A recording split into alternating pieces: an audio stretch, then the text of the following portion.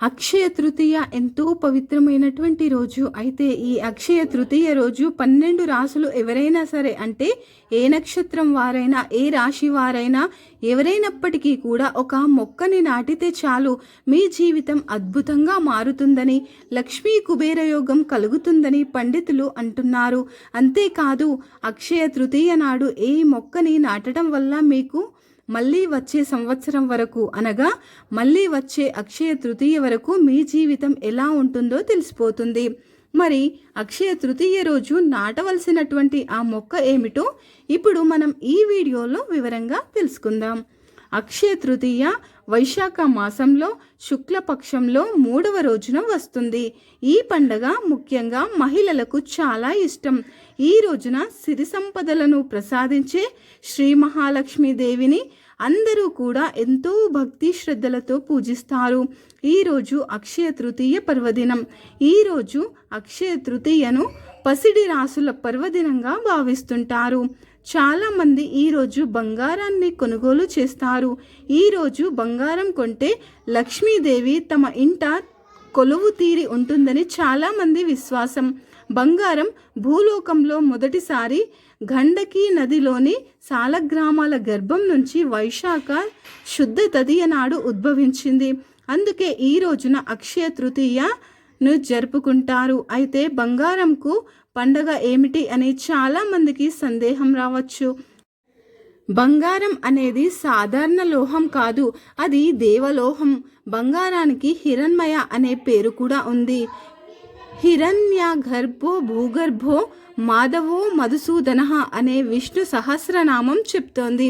విష్ణువు హిరణ్యగరుడు, అంతే గర్భం నందు బంగారం కలిగిన వాడని అర్థం.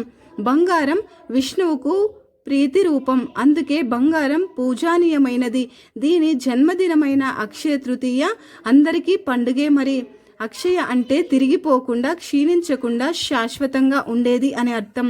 అందువల్లే ఈ రోజున ప్రతి ఒక్కరూ ఆభరణాలు, స్థలాలు, గృహాలు నిర్మించుకోవటం చేస్తారు.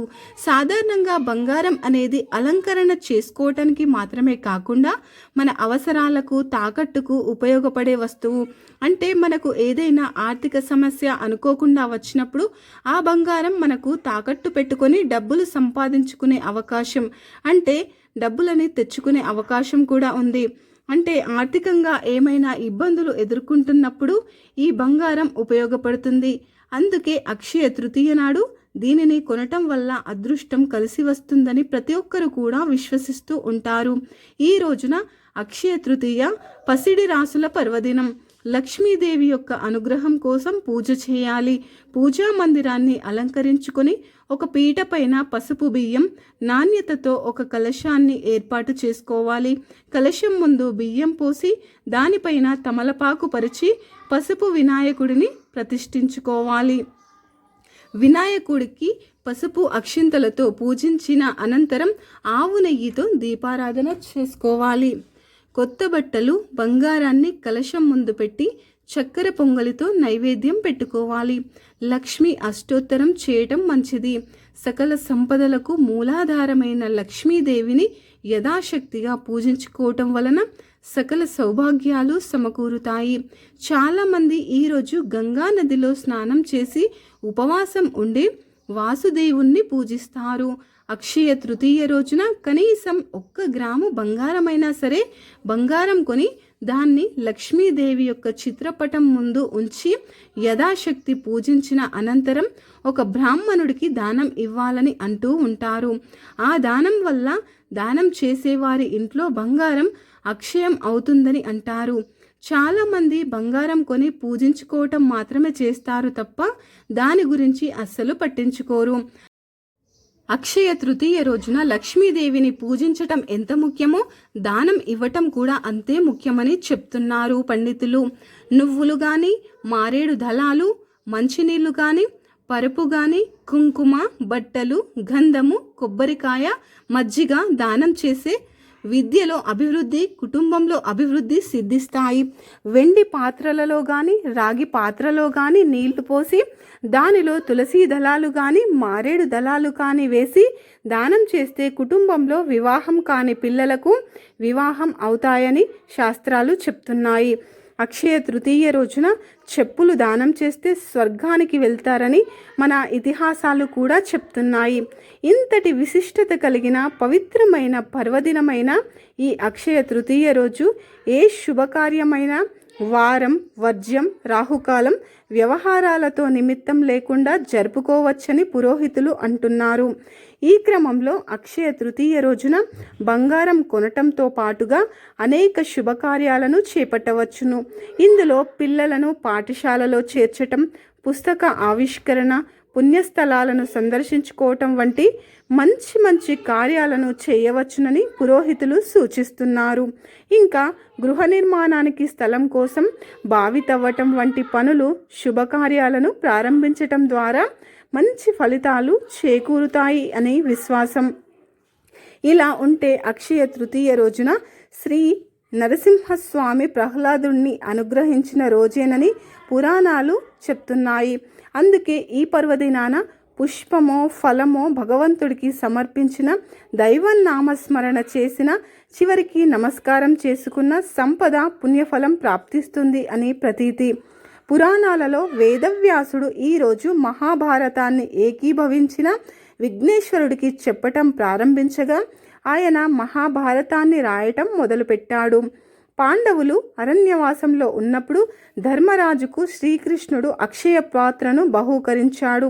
మహాభారతంలో ద్రౌపది వస్త్రాపహరణ జరిగిందని అక్షయ తృతీయ రోజున ఈ సమయంలో ద్రౌపది శ్రీకృష్ణుని ప్రార్థించగా ఇటీవలేని చీరను ఆ కృష్ణుడు ప్రసాదించి ద్రౌపది మానాన్ని రక్షించాడు. కుబేరుడు అక్షయ తృతీయ రోజున లక్ష్మీదేవిని పూజించి ధనవంతుడు అయ్యాడు.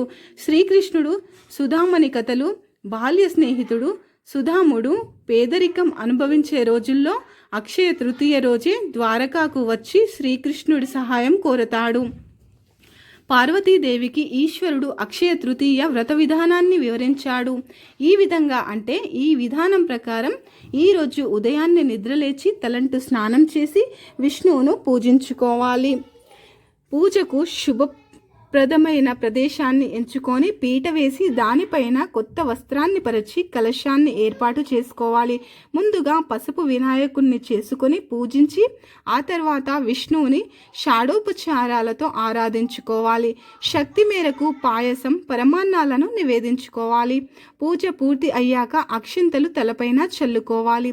శివుణ్ణి ప్రార్థించి కుబేరుడు వరం పొందిన రోజు కూడా అక్షయ తృతీయ రోజే. దాంతో లక్ష్మీ కుబేరులను పూజించే సాంప్రదాయం కూడా ఉంది. కుబేర లక్ష్మీ మంత్రాన్ని ఉచ్చరించడం వల్ల అమ్మవారి యొక్క అనుగ్రహం లభిస్తుంది. కొన్ని చోట్ల వైశాఖ పూజ చేస్తారు. మజ్జిగ పానకం, మామిడి పండ్లు, గొడుగు, చెప్పులు, గంధం జలంతో ఉన్న భండాన్ని దానం చేస్తారు. ఎండలు మండిపోయే వైశాఖ మాసంలో ఇలాంటి దానాలు చేస్తే పుణ్యం అక్షయమవుతుంది. ఈ రోజున పితృదేవతలకు తర్పణాలు వదిలే సాంప్రదాయం కూడా ఉన్నది. అలా చేస్తే పితృదేవతలకు పుణ్యలోకాలు ప్రాప్తిస్తాయని నమ్మకం. అన్నపూర్ణాదేవి అవతారాన్ని స్వీకరించిన రోజు కావటం శక్తి పూజ విశేష ఫలితాలను ఇస్తుంది. గౌరీదేవిని పూజిస్తే సకల శుభాలు కలుగుతాయి. ఇక అక్షయ తృతీయ రోజున ఇంట్లో తులసి మొక్కను నాటితే చాలా మంచిది. అలా నాటిన తులసి మొక్కను చక్కగా పెంచండి. అంటే అక్షయ తృతీయ రోజున చక్కగా బాల్కనీలో కానీ లేదా పెరట్లో కానీ ఎక్కడో ఒక చోట ఒక దగ్గర నాటండి. ఆ తులసి మొక్కకు చక్కగా ఎండ తగిలేలా చూసుకోండి. నీళ్లు ఎక్కువగా పోయవద్దు, తగినంత నీరు పోయండి చాలు. శుభ్రంగా ఉండే ప్రదేశంలో ఈ తులసిని నాటండి. ఇలా నాటిన తులసి చెట్టుకు ప్రతిరోజు స్నానం చేసిన తర్వాత కొన్ని నీళ్లు పోస్తూ తులసి చెట్టును పెంచుకోండి. ఇలా అక్షయ తృతీయ రోజు తొలినాటి నుంచే ఆర్థిక స్థితిగతుల్లో మార్పులు ఏర్పడతాయి. ప్రతి రూపాయిని సద్వినియోగం చేసుకోగలుగుతారు. ఇది వినడానికి చాలా సింపుల్గా ఉంటుంది, కానీ చేస్తే మాత్రం చాలా మంచి ఫలితాలైతే కలుగుతాయి. ఒకవేళ ఇలా నాటిన తులసి ఎండిపోతే ఈ సంవత్సరం ఇంట్లో ఆర్థిక ఇబ్బందులు ఎదురవుతాయని అర్థం చేసుకోండి. అలా తులసి ఎండిపోతే అంటే నిద్రపోతే ఏం కంగారు పడవలసినటువంటి అవసరం అయితే ఏమీ లేదు. ముందుగానే జాగ్రత్త పడితే సరిపోతుంది. కనుక ప్రతి ఒక్కరు కూడా ఈ అక్షయ తృతీయ రోజు ఈ విధంగా తులసి చెట్టును నాటండి. ఇంట్లో తులసి చెట్టు ఉన్నవారు ఈ పరిహారం చెయ్యవచ్చా అనే సందేహం చాలా మందికైతే కలగవచ్చు. ఒకవేళ మీ ఇంట్లో తులసి చెట్టు ఉన్నా మళ్ళీ వేరుగా తులసి చెట్టును నాటుకోవచ్చు. అంటే వేరుగా ఒక కుండీని ఏర్పాటు చేసుకొని ఆ కుండీలో తులసి చెట్టును నాటండి. ఈ తులసి చెట్టు దళాన్ని చక్కగా పూజకు కూడా వాడుకోవచ్చు. ఇంట్లో ఎంతమంది ఉంటే అంతమంది కూడా ఇలా అక్షయ తృతీయ రోజున ఈ చెట్టును నాటితే చాలా మంచిది. ఎవరైతే సంపాదన పెరగాలని కోరుకుంటారో, ఎవరైతే డబ్బులు ఎక్కువగా రావాలి అని కోరుకుంటారో వారందరూ కూడా ఈ విధంగా తులసి చెట్టును నాటండి.